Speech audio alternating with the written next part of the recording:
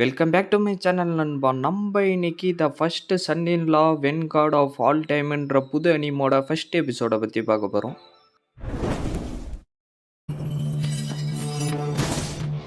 காந்தி, நீ எல்லைய மீறி நடந்துகிட்டு இருக்க, அதனால இன்னைக்கு உன்னுடைய உயிரை நான் எடுக்காம விட மாட்டேன்டா. சாங்கியோ, நீ என்ன நினைச்சுக்கிட்டு இருக்க? இந்த ரீஇன்கார்னேஷன் சைக்கிள் மூலியமா இந்த உலகத்தை உன்னால காப்பாற்ற முடியும்னு நினைச்சுக்கிட்டு இருக்கியாடா? நீ ரொம்ப பெரிய கனவு கண்டுகிட்டு இருக்க, அது எல்லாம் வேலைக்கே ஆகாதுடா. நீ தேவையில்லாம பேசிக்கிட்டு இருக்க. சாவுடான்னு சொல்லிட்டு தாத்தா வேகமா அவனை குத்த வரவும் அவன் டக்குன்னு அவனுடைய கத்தி யூஸ் பண்ணி தடுத்துட்டு தாத்தாவை பின்னாடி தள்ளி விட்டுட்டு அவனுடைய கத்தியை கீழே குத்தவும் அது பிரிஞ்சு பின்னாடி வந்து பெரிய உருவமா மாறிடுது. பர்பிள் தண்டர் 9 ஸ்வாட் அட்டாக்னு சொல்லவும் அதுல இருந்து கத்திங்க எல்லாம் தாத்தா சைடு வேகமா வந்துகிட்டே இருக்க தாத்தா அவருடைய கத்தி யூஸ் பண்ணி அந்த கத்தி எல்லாத்தையும் தடுத்துறாரு. இருந்தாலும் நிறுத்தாம அவன் கத்திங்களை அனுப்பிக்கிட்டே இருக்க அவருடைய கத்தி யூஸ் பண்ணி அந்த கத்தி எல்லாத்தையும் வெட்டி தள்ளிட்டு அமைதியா செத்து போயிடறான்னு சொல்லிட்டு அவருடைய பவர் எல்லாத்தையும் சேர்த்துக்கிட்டு இருந்து டக்குன்னு வந்து அவனை அடிக்கவும் அந்த இடம் ஃபுல்லா பவர் வெடிஞ்சு செதறிக்கிட்டு இருக்கு. அவன் அதுல இருந்து எப்படியோ தப்பிச்சு வந்து கீழே நிக்கவும், நீ இந்த உலகத்தை ஐக நினைக்கிறத பாத்துக்கிட்டு நான் சும்மா இருப்பேன் நினைச்சுக்கிட்டு இருக்கியாடா, சாவுடான்னு சொல்லிட்டு அவருடைய கத்தியில பவரை வர வச்சுக்கிட்டு மேலானப்பவும் அவரை சுத்தி ரிங்கு மாதிரி பெருசா பவர் எல்லாம் வந்துகிட்டு இருக்கு. பார்த்தா அந்த ரிங்குக்குள்ளார இருந்து 2 பெரிய டிராகனுங்க வெளியில வருது. சாங்கி, ஒன்னால இந்த வெப்பனை தவிர வேற எந்த வெப்பனையும் யூஸ் பண்ண முடியாது, அதனால நீ எனக்கு சரியான ஆப்போனன்ட்டே இல்லடான்னு சொல்லிட்டு அவனுடைய பவரை வர வச்சுக்கிட்டு இருக்க பர்பிள் தண்டர் 9 எவனுடைய சக்தியை எப்ப நீ பாருடா. சாங்கியுடே, நான் உன்னை சாவடிக்காம விட மாட்டேன்டா அவன் சொல்லிக்கிட்டு இருக்க. உன்னை நான் சாவடிக்காம விட மாட்டேன்டான்னு சொல்லிட்டு தாத்தா அவருடைய டிராகன் அனுப்ப அந்த கத்தில மோதிக்கிட்டு அந்த இடம் ஃபுல்லா வெடிஞ்சு செதறி அந்த பவர் எல்லாம் போயிட்டு அவன் மேல பட்டுக்கிட்டு இருந்து அந்த இடத்துல இருந்து காணாம போயிடுறான். ரீஇன்கார்னேஷன் பவுலை யூஸ் பண்ணி அவரை சுத்தி ஷீல்டு மாதிரி வர வச்சு அந்த பவர் எல்லாத்தையும் தடுக்க ட்ரை பண்றாரு. இருந்தாலும் அந்த பவர் அவருடைய உடம்ப கொஞ்சம் டேமேஜ் பண்ணிடுது. இப்ப நான் என்ன பண்றது? ரீஇன்கார்னேஷன் பவுல் மூலியமாவும் என்னால அதை தடுக்க முடியல. எனக்கு தெரிஞ்சு நானும் சாவ போறேன் தான் நினைக்கிறேன்னு தாத்தா சொல்லிக்கிட்டு இருக்க அந்த இடத்துல ஒரு சோல் பாடி சுத்திக்கிட்டு இருக்கிறத தாத்தா பாத்துறாரு. நான் எந்த இடத்துல இருக்கேன்? நான் என்ன பறந்துகிட்டு இருக்கேன்? இந்த சோல் எப்படி இந்த வாய்டுக்குள்ளார வந்துச்சுன்னு தெரியலையே. ஒருவேளை எதனா வெடிப்பின்னு காரணமா உள்ளார வந்துட்டு இருக்குமோன்னு சொல்லிட்டு டக்குன்னு அவருடைய பவர் யூஸ் பண்ணி அவனுடைய உருவத்தை வர வச்சிடறாரு. இவன் தான் நம்ம அனிமோட ஹீரோ. யாரு நீ? நான் எப்படி இங்க வந்த? உனக்கு என்ன வேணும்னு ஹீரோ கேட்டுக்கிட்டு இருக்கேன். நான் சொல்றத கவனமா கேளு. நீ ஆல்ரெடி செத்து போயிட்ட. உன்னுடைய சொல் தெரியாம இந்த இடத்துக்குள்ளார வந்துருச்சு. நான் நினைச்சேன்னா இந்த ரீஇன்கார்னேஷன் பவுலை யூஸ் பண்ணி உன்னை திருப்பி காப்பாற்ற முடியும்னு தாத்தா சொல்லிட்டு இருக்க. என்னை காப்பாற்ற போறீங்களா? ஒரு நிமிஷம் இருங்க. எனக்கு ஞாபகம் வந்துருச்சு. நான் ஒரு குழந்தைய காப்பாற்ற போய் தான் செத்து போயிட்டேன். ஆனா நான் இந்த இடத்துக்கு வந்ததெல்லாம் வாய்ப்பே இல்லையா. நான் உண்மையிலேயே அப்ப செத்து தான் போயிட்டேனா அப்படின்னு நம்ம ஹீரோ சொல்லிக்கிட்டு இருக்க.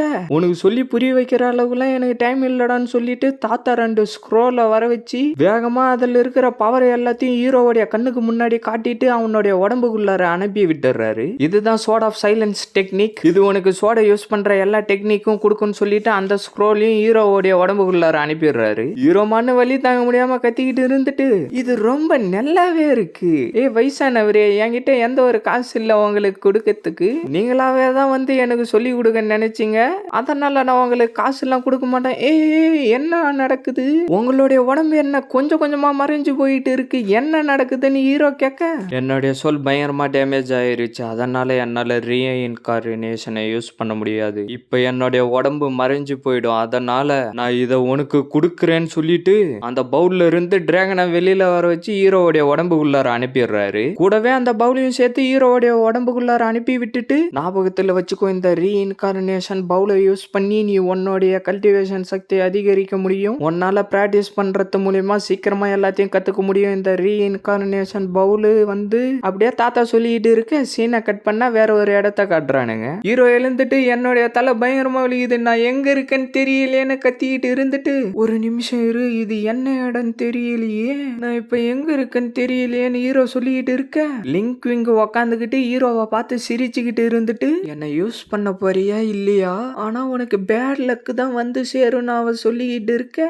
என்னது பேட் லக்கான்னு ஹீரோ சொல்லவும் டக்குன்னு அந்த இடத்துல கதுவை உடைச்சுக்கிட்டு ஹியூன் ஃபெங்ஷா வந்துட்டு, இன்னைக்கு உனக்கும் என்னுடைய பொண்ணுக்கும் எவ்வளவு பெரிய கல்யாணம் வெட்டி வெட்டிங்கை நான் ரெடி பண்ணி வச்சிருக்கேன், நீ என்னடானா இந்த மாதிரி பண்ணிக்கிட்டு இருக்கியாடான்னு அவர் கொஞ்சம் கடுப்பா சொல்லிக்கிட்டு இருக்க. நீங்க ஏன் இந்த மாதிரி எல்லாம் பண்ணிக்கிட்டு இருக்கீங்க, நான் ஒன்னும் அந்த மாதிரி பொண்ணுலாம் இல்லைன்னு சொல்லிட்டு அவ அழுதுகிட்டு இருக்க. இவ போய் சொல்லிக்கிட்டு இருக்கா, இவளை நம்பாதீங்க, நான் இவளை எதுவுமே பண்ணல, என்ன நல்லா மாட்டி விட்டாடா இவ, அவனை விடாதீங்கடா, போய் இழுத்துக்கிட்டு வாங்கடான்னு அவரு சொல்லவும், டே இருங்கடா, டே நான் சொல்ல வரத முதல்ல கேளுங்கடா, அவ போய் சொல்றாடா, அவளை நம்பாதீங்கடான்னு ஹீரோ சொல்லிக்கிட்டு இருக்கிறப்பவே, என்னது என்ன நடந்துச்சுன்றத நீ சொல்ல போறியா, நடந்த விஷயத்த எல்லாத்தையும் தான் நாங்களே பார்த்துட்டுமே, இதுக்கப்புறம் நீ என்னடா சொல்ல போற, டே அவ என்னை ஏமாத்திட்டாடா, நம்புங்கடான்னு ஹீரோ சொல்லிக்கிட்டு இருக்க, நான் ஏன்டா உன்னை நம்பணும்னு சொல்லிட்டு டக்குன்னு ஹீரோவுடைய மூஞ்சிலே அடிச்சிடறோம். பார்த்தா வெளியில நின்னுகிட்டு இருக்கிறவங்க எல்லாரும் கின் ஃபேமிலி எவ்வளவு சிறந்த ஃபேமிலி, ஆனா ஒரு லூசரை போயிட்டு அவங்களுடைய மருமகனை தேர்ந்தெடுத்து இருக்காரு அப்படின்னு எவனோ சொல்லிக்கிட்டு இருக்க. டே அந்த மாதிரி எல்லாம் இந்த இடத்துல பேசாதரான்னு இன்னொருத்தன் எவனோ சொல்றான். கல்யாணத்துக்கு வாழ்த்துக்கள், எல்லாரும் ரொம்ப சந்தோஷமா இருங்க, எல்லாம் ஜாலியா இருங்கன்னு எவனோ ஒருத்தன் சொல்லிக்கிட்டு இருக்கான். பார்த்தா எல்லாரும் வந்து கிஃப்ட் கொடுத்துக்கிட்டு இருக்க, ஹீரோவை தூக்கி வெளியில போட்டுறானுங்க. இவ்வளவு பெரிய கல்யாணம் நடக்க போறப்ப கின் ரெசிடென்சியை விட்டு மாப்பிளைய தூக்கி வெளியில போட்டு இருக்காங்களே, யாரு இந்த காரியத்தை பண்ணாங்கன்னு தெரியலன்னு அவன் சொல்லிக்கிட்டு இருக்கான். டேய் இவன் தானே மாப்பிள்ளை, இவனுங்க என்னடா ஆயிடுச்சுன்னு சுத்தி இருக்கிறவனுங்க சொல்லிக்கிட்டு இருக்கானுங்க. டேய் உனக்கு தெரியாதா, இவன் வந்து அந்த லிங்க் கூட ரிலேஷன்ஷிப்ல இருக்கிறதா எல்லாரும் சொல்லிக்கிட்டு இருக்காங்க. இவனுடைய பெஸ்ட் ஃப்ரெண்டு தான்டா அவ. இன்னைக்கு அவ கல்யாணத்துக்கு வந்திருக்கான், ஆனா இவங்க 2 பேரும் ஒரே ரூம்லயே இருந்திருக்காங்கடான்னு எவனோ ஒருத்தன் சொல்லிக்கிட்டு இருக்க. அதை கேட்டு அந்த பொண்ணு ஷாக் ஆயிடுறா. அதை குடுடான்னு சொல்லிட்டு அந்த கிஃப்ட புடிங்கிட்டு, நீ என்னடா இந்த மாதிரி எல்லாம் பண்ணிக்கிட்டு இருக்கன்னு சொல்லிட்டு ஹீரோவை திட்டுறான். டேய் நான் எதுவுமே பண்ணலடா, ஏன்டா எல்லாரும் என்ன போய் திட்டிக்கிட்டு இருக்கீங்க, என்ன நம்புங்கடா, இவன் இந்த மாதிரி பண்ணுவான் நான் கொஞ்சம் கூட எதிர்பார்க்கவே இல்லை, அவளை மாதிரி நல்ல பொண்ணுக்கு இவனை மாதிரி ஒன்னுத்துக்கும் பிரயோஜனம் இல்லாதவனை போயிட்டு கல்யாணம் பண்ணி வைக்க போறாங்களேன்னு எவனோ ஒருத்தன் சொல்லிக்கிட்டு இருக்கான். அதோ கிங் மோவே வந்துட்டாங்கன்னு எவனோ ஒருத்தன் சொல்ல, அந்த இடத்துல யாரோ ஒருத்தர் நடந்து வந்துகிட்டு இருக்காங்க.